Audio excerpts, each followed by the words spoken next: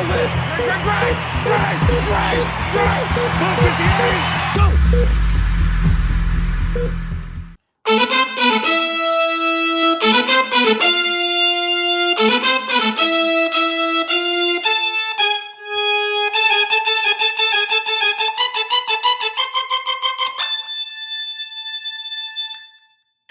All right, ladies and gentlemen, welcome to episode 18 of the Health Matters Predictors podcast, recorded on January 15th, 2025. I'm your host, J-Rock, and today we got the squad on deck. Orthopedic expert Dr. Preventer, the Patriots head surgeon who's seen it all and always makes the right call. The one and only GOAT Zajac, all the way from California, is here with us. And our prediction whiz, Nate, got that dog in him on the ones and twos. 6 teams have already been sent packing, and the divisional rounds are going down this weekend. Will your franchise be able to bully their way to the Lombardi Trophy? Only time will tell.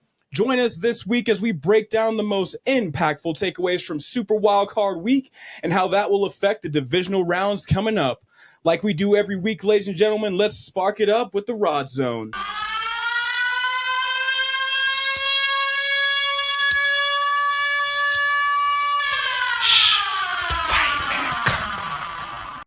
All right, ladies and gentlemen, we got a lot of big hits on the Rod Zone for you from the playoffs. There are only 8 teams remaining in the NFL playoffs, and this weekend we get to see the 2 number 1 seeds duke it out against some of the winners from last week's matches. Jaden Daniels drove the Commanders down the field on their last drive to set their kicker up for a season-determining field goal. He knocked it off the upright, but it did go in for the win. The Commanders will be taking on the Lions this Saturday.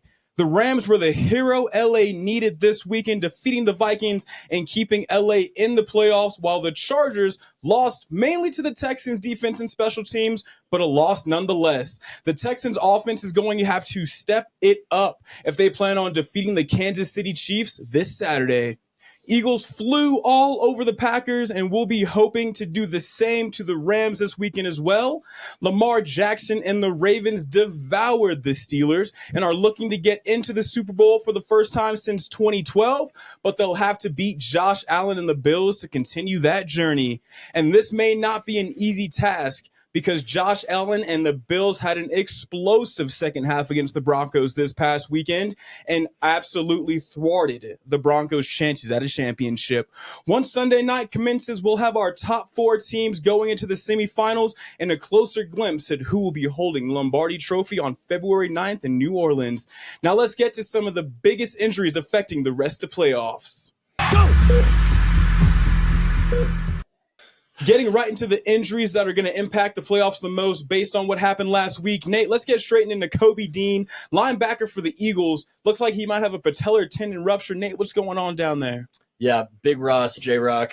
He's going to be out for the rest of the playoffs, so he's going to have a significant amount of time off. Oren Burks and Jeremiah Trotter are expected to split reps to fill in for that gap, but he's one of the better linebackers in the league, so that's going to be a huge gap in their defense.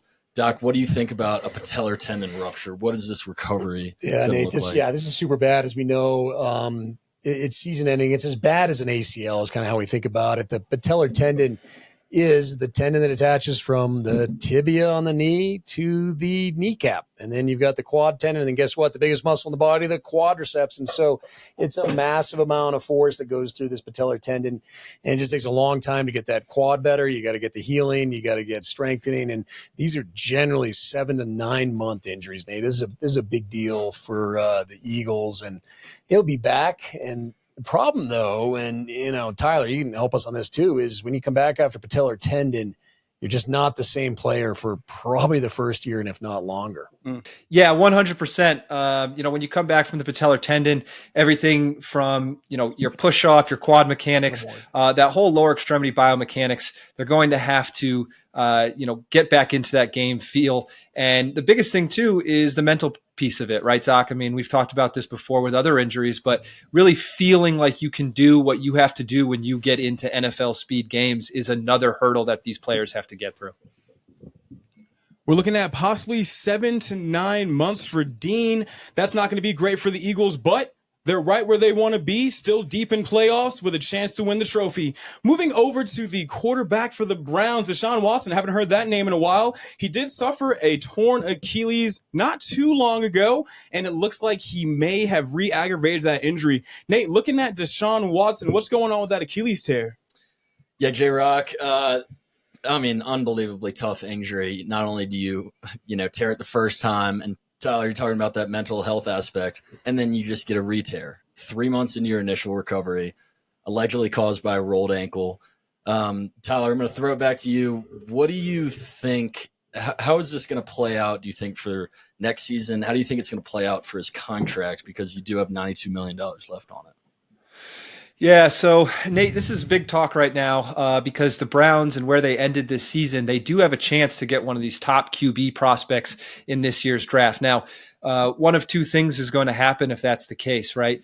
Either they have the most expensive backup that the NFL's ever seen, or they're looking at reports of trying to recover some of this money from him. There was a TikTok video that Deshaun and his girlfriend put out earlier. I think it was about 2 months outside of his recovery, where it looked like he didn't have his walking boot on. So if they can find proof that he wasn't wearing the walking boot, wasn't doing what he was supposed to for his rehab, and they have something in his contract, a clause that they can fall back on if that was the case, and that's why he rolled his ankle, there could be something there for the Browns to try to recoup some of that money because nobody's going to want to take on Deshaun Watson with the injuries and the money that they're going to have to pay him. So you're really looking at these two paths or avenues that the Browns have moving forward.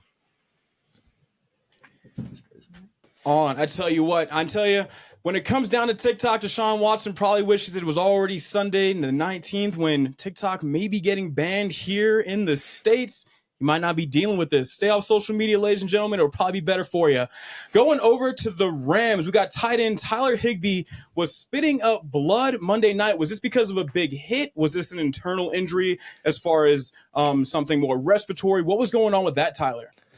Well, it looks like he had a chest injury, and then they said he was spitting up a little bit of blood is how they framed it. He was sent to the hospital, but was released, traveled home with the team, and now they are saying that he expects to play this weekend against the Eagles. So, I got to throw this one to Doc. I mean, obviously, if they expect him to play, Doc, it doesn't seem like it's something terrible with his internal organs. But I mean, anytime you're spitting up blood, it's a little bit worrisome.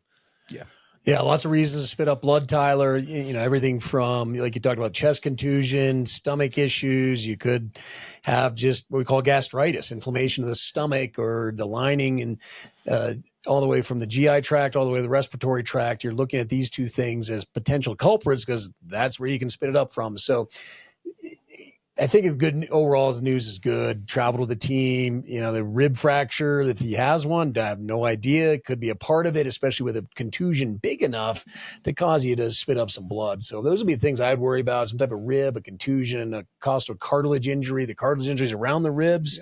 Tyler and J-Rock, these are the things we worry about. So expects to play against the Eagles. I think he's going to be just fine.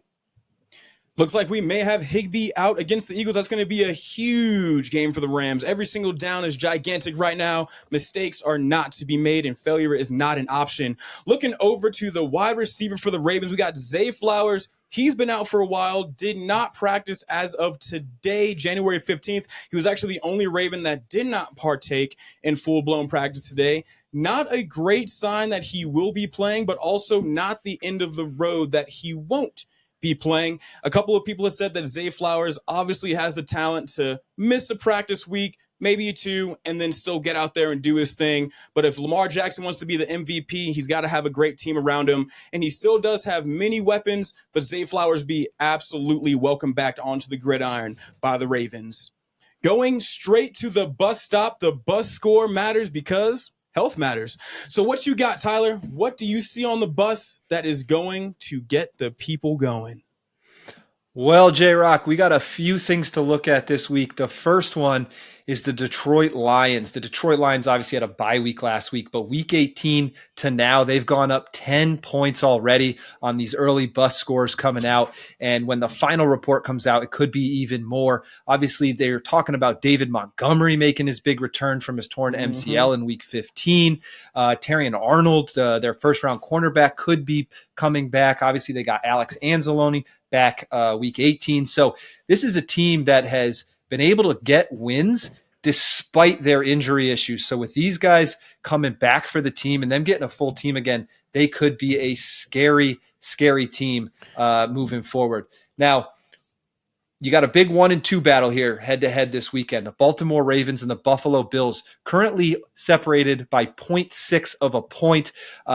Baltimore Ravens are ahead. We'll see how that kind of unfolds, but huge game and going to be a very exciting one. Honestly, probably game of the year between those two teams. And then finally, though it's a close overall bus score between the Philadelphia Eagles and the Rams, with only about a point difference, Philly actually has a 10-plus point advantage for the O-line and for their D-line over the Rams. Now, Doc, we've talked about cluster injuries. We've talked about bus scores at certain positions, and we know that O-line and D-line are a massive predictor of wins. So with them having a 10-plus point advantage in both the O-line and defense or D-line over the Rams, do you think Philly has what it takes to beat the Rams this weekend?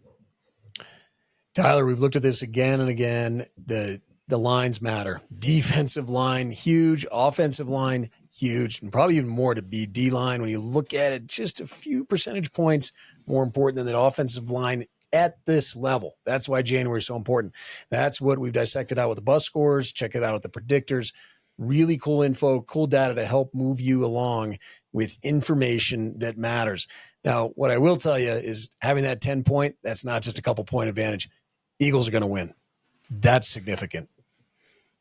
Tyler, I'm just curious. Again, we've been watching the lines. We've been talking about this since probably week 11, 12, 13. And, how many do we have on IR for the Lions just on the defense side, Nate? 18. 18, and some are coming on, some are coming off, some are getting there. But like you said, Tyler, they got another 70. They're playing the Commanders that are 87 right now. Now, these numbers are going to tweak a little bit. Every day changes. We monitor these all the time. They're up to date every hour. Check it out. But a 16, 17-point difference in bus score right now, the Lions, that's a lot. And I think they're going to have their hands full against the Commanders. I don't know. What do you think, Tyler? Well, I agree with you. Commanders are playing great football right now, and that health definitely matters. That is a massive difference between the two. But we have seen the Lions. They've been down. They were literally dead last in the bus score with their health, and they've just relied on that offense to just put up a ton of points despite their defensive woes. Now, I will say this about the Commanders. Their last 5 games, they have won on the last possession of the game, the last play of the game. They have either kicked a field goal, scored a touchdown, or knocked a ball away from inside like the 10-yard line against the other team on the last play. And that only lasts so long when you start getting this late into the playoffs. So it's going to be a fun game to watch for sure. No question. I mean, Detroit is just that good. I mean, they're able to go through these health, the menace that it's been for them, and they've still won. I mean, they're just that good of a team. Imagine, they were healthy. It wouldn't, the Super Bowl would be done. It would already be called in end of December right now. And that's what we're seeing. It's pretty interesting just watching and tracking this team. Like you said, Tyler, they're going to get some players back. They've been very strategic about it. They know they were getting there. They're going to be there middle of January. And that's what they were targeting. J-Rock's, like we said, they're going to get these players back. And I think it's going to be very interesting. Lions are going to win. It's going to be close, maybe down to the last play again, Tyler. You love to see it. There's a lot going on with that bus, baby. If you're busted up, you may not be able to do what you need to do out there, but I'll tell you right now, we trust the bus around here. And you know what else?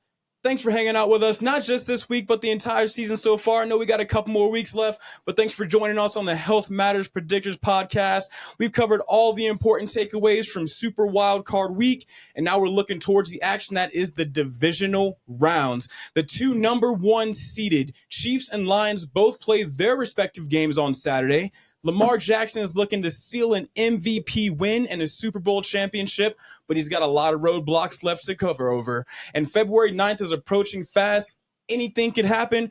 Go ahead and leave a comment below and let us know which team you think will be taking the title. And be sure to join us next week for more expert insights, bold predictions, and all-around elite vibes. Until then, stay locked in. May all of your parlays hit and bring you the best results. And don't forget to follow us on Twitter at @thepredictors_ and check out our website, thepredictors.com, for everything NFL.